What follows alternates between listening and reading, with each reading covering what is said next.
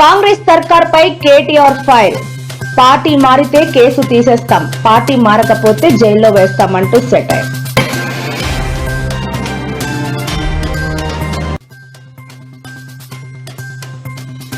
అనంతపురంలో తీవ్ర ఉద్రిక్తత. టీడీపీ నాయకురాలు తేజస్విని కారుపై రాళ్ల దాడి.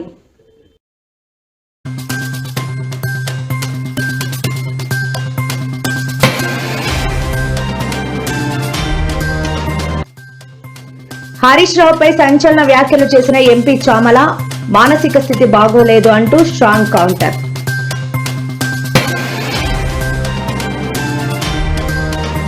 ఏపీలో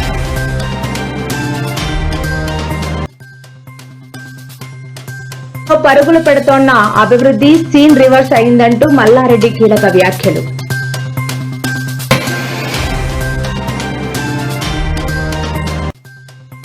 బంగాళాఖాతంలో ఉపరితల ఆవర్తనం. తెలుగు రాష్ట్రాల్లో ఈ జిల్లాలకు భారీ వర్ష సూచన.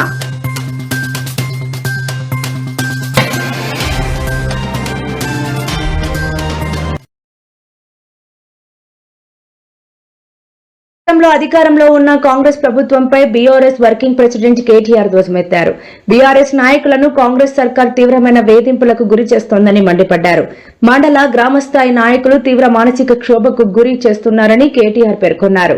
జడ్చర్లలో కేటీఆర్ మీడియాతో మాట్లాడారు. బీఆర్ఎస్ నాయకుల మీద కాంగ్రెస్ సర్కార్ కేసులు పెడుతోంది. పార్టీ మారితే కేసు తీసేస్తాం, పార్టీ మారకపోతే జైల్లో వేస్తామన్నట్లు ప్రవర్తిస్తున్నారు అని కేటీఆర్ హెచ్చరించారు. ఇంకొక డిమాండ్ కూడా నేను చేస్తా ఉన్నా, మర్చిపోయాను. పిల్లల మీద కేసులు పెట్టారు ఈ పోరాటం చేస్తుంటే. ఆ కేసులు కూడా బేషరతుగా ఉపసంహరించుకోవాలి. ఇక్కడ ఆస్మా అనే అమ్మాయి ఉంది. ఆ అమ్మాయి అక్కడ ఒక పీసీఓ దగ్గరికి పోయి ఫోన్ చేసుకుంటుంటే ఇంటికి ఆ అమ్మాయి మీద కూడా మీరు ఇక్కడ ఏదో ముఖ్యమంత్రి గారు మంత్రి గారు వస్తున్నారు, వారిని అడ్డుకోవడానికి మీరు ఇక్కడ వచ్చినారని చెప్పి ఆ అమ్మాయి మీద కేసు పెట్టినారు. ఇట్లా ఎంతో మంది పిల్లల మీద అశోక్ నగర్ లో ఆందోళన చేస్తుంటే తమకు న్యాయం కావాలని జీవో నంబర్ 29 విషయంలో, జీవో నంబర్ 46 విషయంలో, అట్లాగే గ్రూప్స్ విషయంలో, ఏదైతే జాబ్ క్యాలెండర్ విషయంలో ఆందోళన చేసిన పిల్లల మీద మరి మీరే చెప్తున్నారు ప్రజాపాలన అని. ప్రజాపాలనలో నిరసనకు చోటు ఉండాలి, ప్రజాపాలనలో ప్రజల వాయిస్ కి చోటు ఉండాలి. కాబట్టి ఈ కేసులన్నీ పిల్లల మీద పెట్టిన కేసులన్నీ బేషరతుగా విత్డ్రా చేసుకోండి. కావాలంటే కేసులు మా మీద పెట్టుకోండి, మాకు అభ్యంతరం లేదు.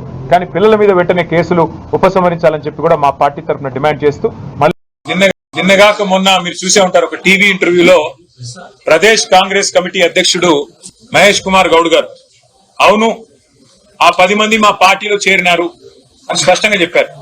మరి పిసిసి ప్రెసిడెంటే అప్రూవర్ గా మారిపోయిన తర్వాత, పిసిసి ప్రెసిడెంట్ గారి నేరాంగీకారం చేసిన తర్వాత ఇంకా ఎంక్వైరీ ఎందుకు, ఇంకా చర్చ ఎందుకు? ఆ 10 మంది మీద వేటేయడానికి స్పీకర్ గారికి మొహమాటం ఎందుకని మేము అడుగుతా ఉన్నాం. ఆల్రెడీ సుప్రీంకోర్టులో మ్యాటర్ ఉంది. ఇవాళ కాంగ్రెస్ నాయకత్వం ఏమనుకుంటున్నదంటే ప్రజలను, మీడియాను, కోర్టులను కూడా, న్యాయ వ్యవస్థను కూడా చిన్న చూపు చూస్తూ మేమేదో వీళ్ళతోని కొన్ని చిలిపి ఆటలాడి ఏదో తప్పించుకోవచ్చు అన్న ధోరణిలో వ్యవహారం చేస్తా ఉన్నారు. ఈ జిల్లాలో కూడా ఒక ఎమ్మెల్యే గారు పార్టీ మారినారు గద్వాలలో. మరి వారు ఏ పార్టీలో ఉన్నారంటే చాలా విచిత్రమైన పరిస్థితి. ఎట్లా ఉందంటే ఇవాళ జీవితం అంతా రాజకీయం చేసిన పెద్దలు 2 సార్లు 3 సార్లు 4 సార్లు గెలిచిన వాళ్ళు, మంత్రులుగా పనిచేసిన వాళ్ళు ఏ పార్టీలో ఉన్నారు అని మీడియా వాళ్ళు అడిగితే చెప్పుకోలేని ఒక దురవస్థలో ఉన్నారు. కానీ నేరాంగీకారం అప్రూవర్ గా పిసిసి ప్రెసిడెంట్ గారు మారినారు. అట్లాగే కడియం శ్రీహర్ గారు కూడా నేను కాంగ్రెస్ లో చేరాను అని స్పష్టంగా చెప్పారు. ఇవన్నీ ఆన్ రికార్డ్ మీడియాతోనే చెప్పారు. కాబట్టి ఇంకా ఇందులో చర్చించడానికి కానీ, తర్కించడానికి కానీ, పరిశోధించడానికి కానీ ఏమీ లేదు. వెంటనే వారి మీద వేటు వేయాలని చెప్పి మా పార్టీ తరఫున మేము డిమాండ్ చేస్తున్నాం. కోర్టు యొక్క ఆలోచనని గౌరవించాలని చెప్పి మేము. మరి పిసిసి ప్రెసిడెంట్ ఆయన ఒక అర్రలో కూర్చుంటే మంచిది. ఇక్కడ పిసిసి ప్రెసిడెంట్ చెప్తున్నాడు కృష్ణమోహన్ రెడ్డి మా పార్టీలో ఉన్నాడని. మరి ఈయన నేను కాదంటున్నాడు. అది స్వయంగా ఏం చెప్తున్నాడు? కండువా వేసుకున్నాను, నేను కండువా వేసుకున్నాను కాంగ్రెస్ కండువా, కానీ నాకు సిగ్గు లేకుండా నేను బీఆర్ఎస్ లో ఉన్నానని చెప్తున్నాడా? మరి బీఆర్ఎస్ లోనే ఉంటే బీఆర్ఎస్ పార్టీ ఆఫీస్ కి ఎందుకు రావడం లేదు? బీఆర్ఎస్ లోనే ఉంటే బీఆర్ఎస్ శాసనసభా పక్షంతో ఎందుకు కూర్చోవడం లేదు? బీఆర్ఎస్ లోనే ఉంటే బీఆర్ఎస్ ప్రోగ్రాంలలో ఎందుకు పాల్గొనడం లేదు? అంటే ప్రజలను పిచ్చి వాళ్ళు అనుకొని, ప్రజలను వెర్రి వాళ్ళు అనుకొని, ఓటేసిన ప్రజల్ని వాళ్ళ విఘ్నతను అగౌరవపరచడం కాకపోతే ఇది ఏంటిది? ఇంకోటి, ఎక్కడ చూసినా ఇవాళ మంత్రుల ప్రోగ్రామ్ లో నిన్న బూతులు తిడుతుంటే జూపల్లి కృష్ణారావు గారు, పొంగులేటి శ్రీనివాసరెడ్డి గారు టీఆర్ఎస్ ని, కేసీఆర్ గారిని బూతులు తిడుతుంటే అదే వేదిక మీద పల్లికిలించుకుంటూ కూర్చున్నది ఎవరు? మా బీఆర్ఎస్ ఎమ్మెల్యే కృష్ణమోహన్ రెడ్డి, కాంగ్రెస్ లో చేరిన కృష్ణమోహన్ రెడ్డి. అదే అంటున్నా, వీళ్ళ దురవస్థ ఎట్లా ఉందంటే 2 లింగాలు ఉంటాయి అవసరం అయితే, ముఖ్యమంత్రి గారి భాషలో చెప్పాలంటే. ఒకటి పులింగం, ఇంకోటి స్త్రీలింగం. వీళ్ళు ఏ లింగమో చెప్పుకోలేని పరిస్థితులు ఉన్నారు ఇవాళ. కర్మ కాబట్టి ఇట్లాంటి వాళ్ళని ఎన్నుకున్న ప్రజలు బాధపడే పరిస్థితి, ఇట్లాంటి వాళ్ళకు ఓటేసి గెలిపించినందుకు కార్యకర్తలుగా మా కార్యకర్తలు బాధపడే పరిస్థితి. అయినప్పటికీ అత్యున్నత న్యాయస్థానం ఇప్పటికే చెప్పింది స్పీకర్ గారికి, మీరు వెంటనే నిర్ణయం తీసుకోవాలని. పిసిసి ప్రెసిడెంటే స్వయంగా చెప్పిన తర్వాత ఇంకా చర్చకు గాని ఇంకా ఏదో రకంగా తిమ్మిని బంధించేసే కార్యక్రమానికి కానీ ఆస్కారం లేదు. పిసిసి ప్రెసిడెంట్ చెప్పిన దానికి కూడా మేము సుప్రీంకోర్టు ముందు పెడతాం. తప్పకుండా స్పీకర్ గారు ఏమైనా ఉల్టా పుల్టా చేస్తే తప్పకుండా మళ్ళీ సుప్రీంకోర్టుకు పోతాం. న్యాయం జరిగే వరకు పోరాటం చేస్తాం. Thank you. మీరిగిన రేమత్ నగర్ లో పొరపాటున ఒక్క ఓటు కాంగ్రెస్ వడనిస్తే ఆ ఓటు మీ ఇల్లు మీరు కూలగొట్టుకుంటందుకు వేసుకునే ఓటే అవుతుంది. ఒక్క ఓటు మీరు పొరపాటున వేసినా ఒక్కొక్క గరీబోని ఇల్లు కూలగొట్టేందుకు మీరు సంధించినట్టు అవుతుంది, వాళ్ళకి లైసెన్స్ ఇచ్చినట్టు అవుతుంది. మరి కావన్నా వద్దా మీరే ఆలోచన చేయండి.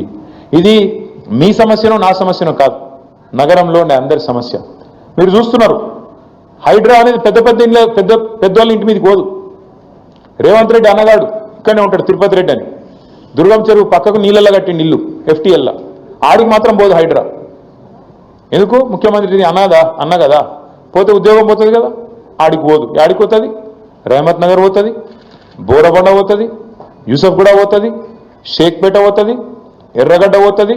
మీ దగ్గర ఉండే బస్తీలకు మాత్రం బరాబర్ వస్తుంది. కులగొడితే పేదవాడిని అడిగేటోడేవాడు? గోపన్న లేడు కదా, గోపన్న ఉంటే బరాబర్ వచ్చి అడ్డం నిలబడుతుండే. గోపన్న లేడు కదా, ఈ అడిగేటోడు ఎవడున్నాడు? మేము చూసుకుంటాం, జూబ్లీస్ దున్ని పారేస్తాం అన్న దాంతో పైసలు కొడతాం, అవసరమైతే ఆఖరికి ఓటుకింత కొడితే గరీబ్ గాలు మాకే అయిపోతే ఎవరికెత్తారు అనే ధైర్యము ఇలా కాంగ్రెస్ వాళ్ళు ఆ ధీమాతో ఉన్నారు. జైల్లో ఉండాల్సింది ఎవరు? ఫోర్జ్ డాక్యుమెంట్ చేసిన రేవంత్ రెడ్డా, లేదా ఆ ఫోర్జ్ డాక్యుమెంట్ చేసిండు, వెధవ పని చేసిండు, ప్రజల్ని తప్పుదోవ పట్టిస్తున్నాడు అని చెప్పిన క్రిషాంక? ఇది ఒక్కసారి తప్పకుండా మీరా.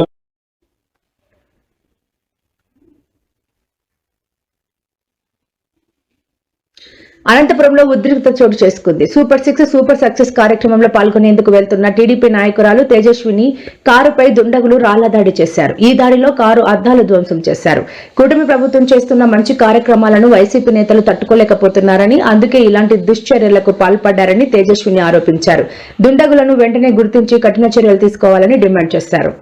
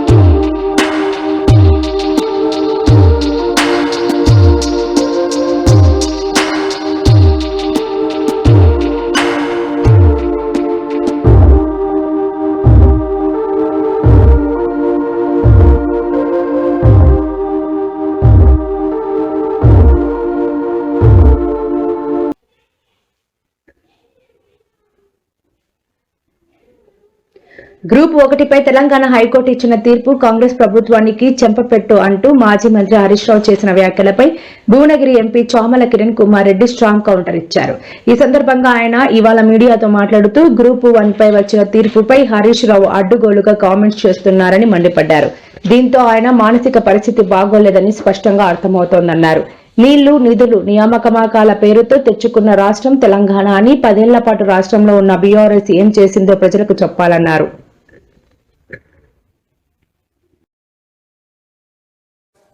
బీఆర్ఎస్ ప్రభుత్వం అట హైదరాబాద్కి అసలు నీళ్ళే తెలియదట, 10 ఏళ్లలో ఒక చుక్క తెలియదట, ఒక రూపాయి ఖర్చు పెట్టలేదట. బీఆర్ఎస్ రాకముందు హైదరాబాద్లో 2 రోజులకు 3 రోజులకు ఒకసారి నల్లా వస్తుండే. హైదరాబాద్లో నీటి యుద్ధాలు జరుగుతుండే మంచినీళ్ళ కోసం. వాటర్ ట్యాంకర్లు కొనుక్కొని ప్రజలు, మీలో కూడా ఎంతోమంది అప్పుల పాలైన వాళ్ళే ఉన్నారు.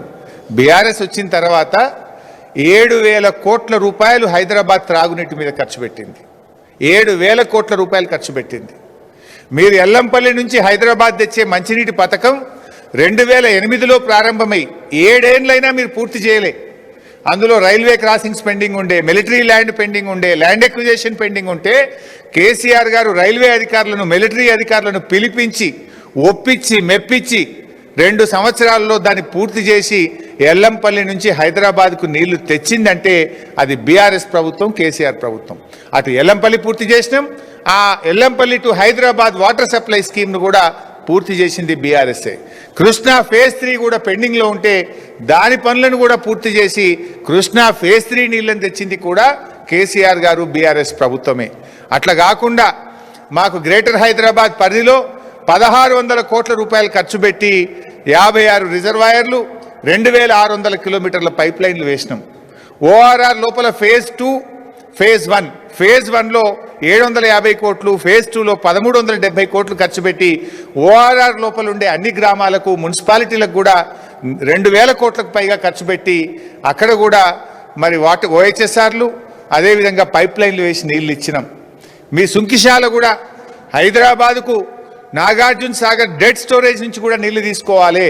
60 టీఎంసీల నీళ్లు తీసుకునే విధంగా భవిష్యత్తు 100 ఏళ్లకు సరిపోయేటువంటి ఆలోచనతో 60 టీఎంసీల నీళ్లు తీసుకునే విధంగా సుంకిశాలను ప్రారంభిస్తే దాన్ని మీరు కుప్పగూలగొట్టిరు. మీరు ఇవాళ దాన్ని ఆ ప్రాజెక్టును డిఫంక్ చేసి కూర్చున్నారు, దాన్ని పూర్తి చేస్తలేరు, పెండింగ్లో పెట్టిండ్రు. ఇట్లా చెప్పుకుంటూ పోతే దాదాపు 7,000 కోట్ల రూపాయలు ఒక హైదరాబాద్ త్రాగునీటి అవసరాలు తీర్చడానికి బీఆర్ఎస్ ప్రభుత్వం ఖర్చు పెట్టింది. హైదరాబాద్ ప్రజలకు తాగునీటి కష్టాలు లేకుండా చేసింది కూడా ఇవాళ బీఆర్ఎస్ ప్రభుత్వమే. హరీష్ రావు గారు, ఈరోజు హైకోర్టు ఇచ్చిన తీర్పు, గ్రూప్ 1 పరీక్షల మీద ఇచ్చిన తీర్పు మీద మీరు స్పందిస్తూ ఇది ప్రభుత్వానికి చెంపపెట్టు అని చెప్పడం జరిగింది. దీన్ని బట్టి చూస్తేనే మీ మానసిక పరిస్థితి అర్థమవుతుంది.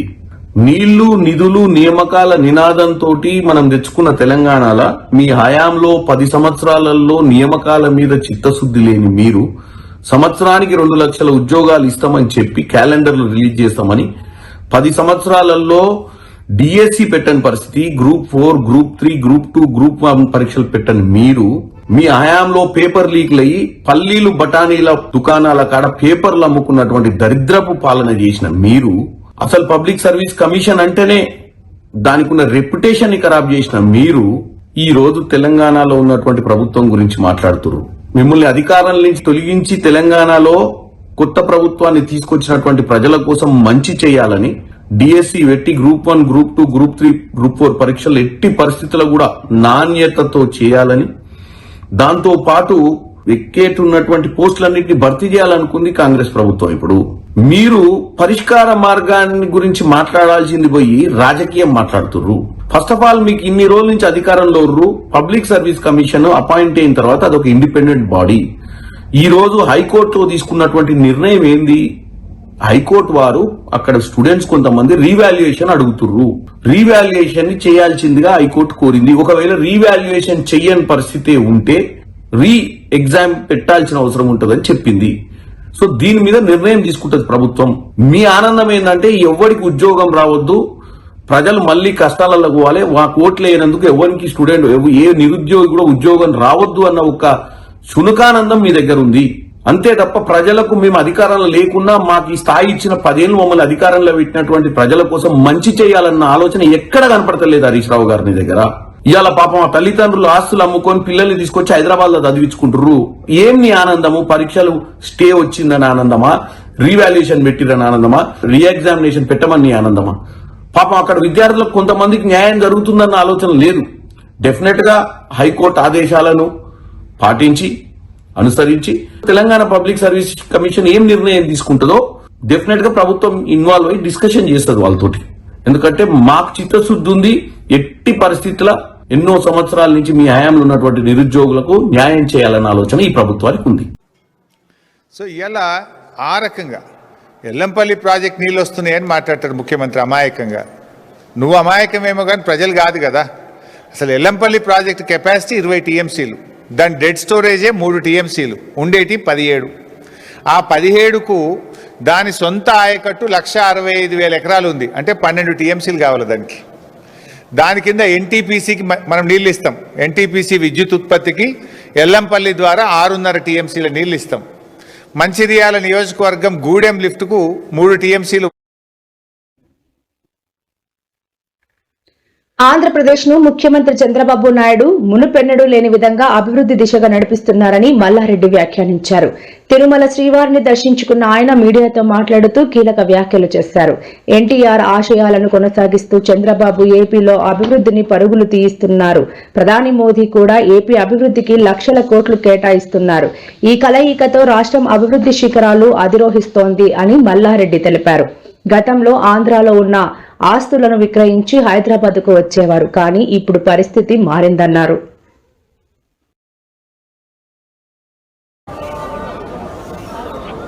ఆంధ్రాలో అంతా అమ్ముకొని ఇప్పుడు హైదరాబాద్ ఇప్పుడు అంతా రివర్స్ అయిపోయింది. మళ్ళీ ఇప్పుడు ఆంధ్రలో మన తెలంగాణలో ఇప్పుడు అమ్మితే కూడా అమ్మబోతున్నారు. ఇప్పుడు ఆంధ్ర అంతా కూడా చంద్రబాబు నాయుడు చాలా బాగా చేశారు. మోడీ కూడా చాలా పెద్ద ఎత్తున డెవలప్మెంట్ చేస్తుంది. లక్షల కోట్ల రూపాయలు కూడా ఇక్కడ అభివృద్ధికి ఇస్తున్నారు. ఇక్కడ ఉన్నది కూడా డెవలప్మెంట్ లేదు. పర్ క్యాపిటల్ ఇన్కమ్ ఉండే ఒక టాప్, అది కూడా మెల్లగా జారిపోతూ ఉంది. కాబట్టి అందుకే మళ్ళీ మా కేసీఆర్ వస్తే పాత రోజులు వస్తాయి.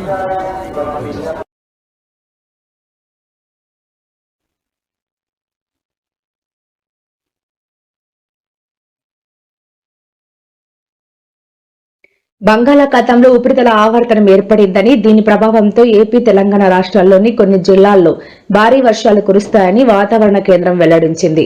ఏపీలో మన్యం, అల్లూరి, విశాఖ, అనకాపల్లి, కాకినాడ జిల్లాల్లో అక్కడక్కడ పిడుగులతో కూడిన మోస్తారు నుంచి భారీ వర్షాలు కురిసే అవకాశం ఉందని విపత్తుల నిర్వహణ సంస్థ ఎండీ ప్రఖర్ జైన్ తెలిపారు.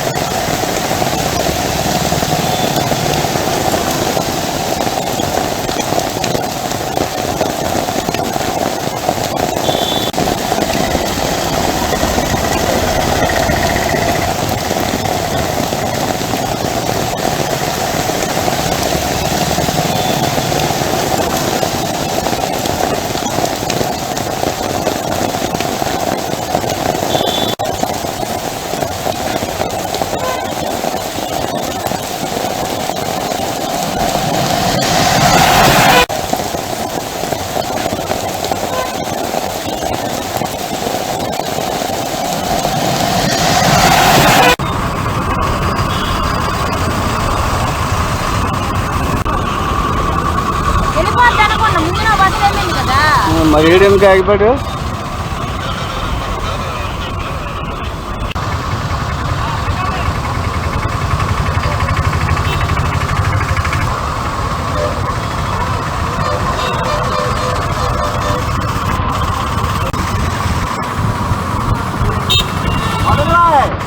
ఓయ్ ఓడి అమ్మ,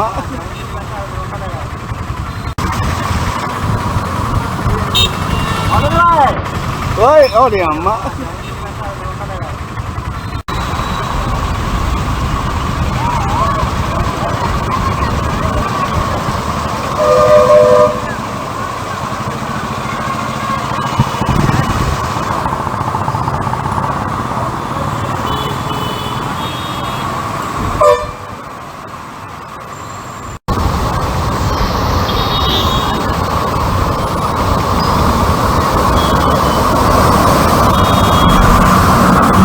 Michael.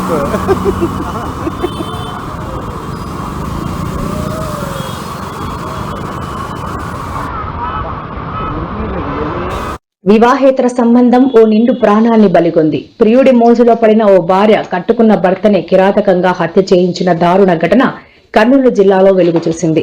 ఈ సంఘటన స్థానికంగా తీవ్ర కలకలం రేపింది. భార్య పద్మావతి ప్రవర్తనపై అనుమానం రావడంతో ఆమెను అదుపులోకి తీసుకుని విచారించారు. విచారణలో ఆమె నేరం అంగీకరించడంతో ఈ హత్య వెనుక ఉన్న వివాహేతర సంబంధం గుట్టురట్టయింది. పద్మావతి ఇచ్చిన సమాచారంతో పోలీసులు ఆమె ప్రియుడు చెన్న బసవను కూడా అరెస్ట్ చేశారు. ప్రస్తుతం ఇద్దరిని విచారిస్తున్నట్లు పోలీసులు తెలిపారు.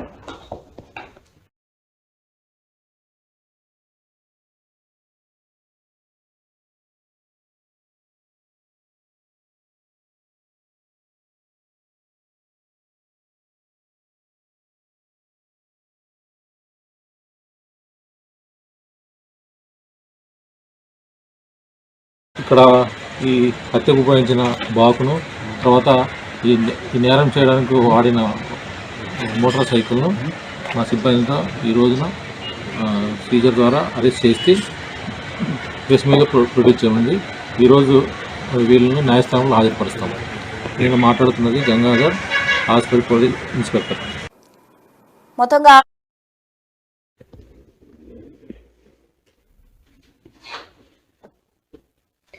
ప్రముఖ సినీ నిర్మాత అల్లు అరవింద్ కు జీహెచ్ఎంసీ అధికారులు షాక్ ఇచ్చారు. అనుమతి లేకుండా నిర్మించిన పెంట్ హౌస్ కూల్చేస్తామని జీహెచ్ఎంసీ అధికారులు నోటీసులు ఇచ్చారు. జూబ్లీ హిల్స్ రోడ్డు నెంబర్ 45లో అల్లు అరవింద్ బిజినెస్ పార్క్ భవనాన్ని సుమారు 1000 గజాల విస్తీర్ణంతో నిర్మించారు. అయితే దీనికోసం గ్రౌండ్ ఫ్లోర్ తో పాటు 4 అంతస్తుల వరకు జీహెచ్ఎంసీ నుంచి అధికారిక అనుమతులు పొందారు. ఇది గమనించిన టౌన్ ప్లానింగ్ అధికారులు ఇది భవన నిర్మాణ నిబంధనలకు విరుద్ధమని తేల్చారు. దీంతో అక్రమ నిర్మాణాన్ని ఎందుకు కూల్చుకోకూడదో వివరణ ఇవ్వాలని జీహెచ్ఎంసీ నోటీసులు జారీ చేసింది.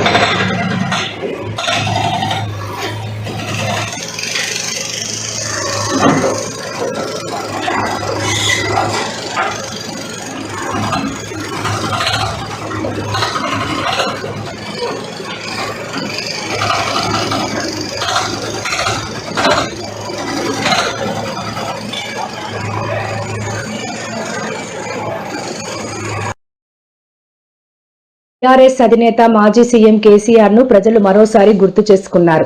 కేటీఆర్ వెళ్లే సమయంలో ఓ ఆసక్తికర ఘటన చోటు చేసుకుంది. ఈ క్రమంలోనే రోడ్డుపై కేటీఆర్ చూసిన చాలా మంది మహిళలు ఆయన వద్దకు వచ్చి ఆప్యాయంగా పలకరించారు. బాబు బాగున్నాడా అయ్యా అంటూ కేసీఆర్ ఆరోగ్యం గురించి అడిగి తెలుసుకున్నారు.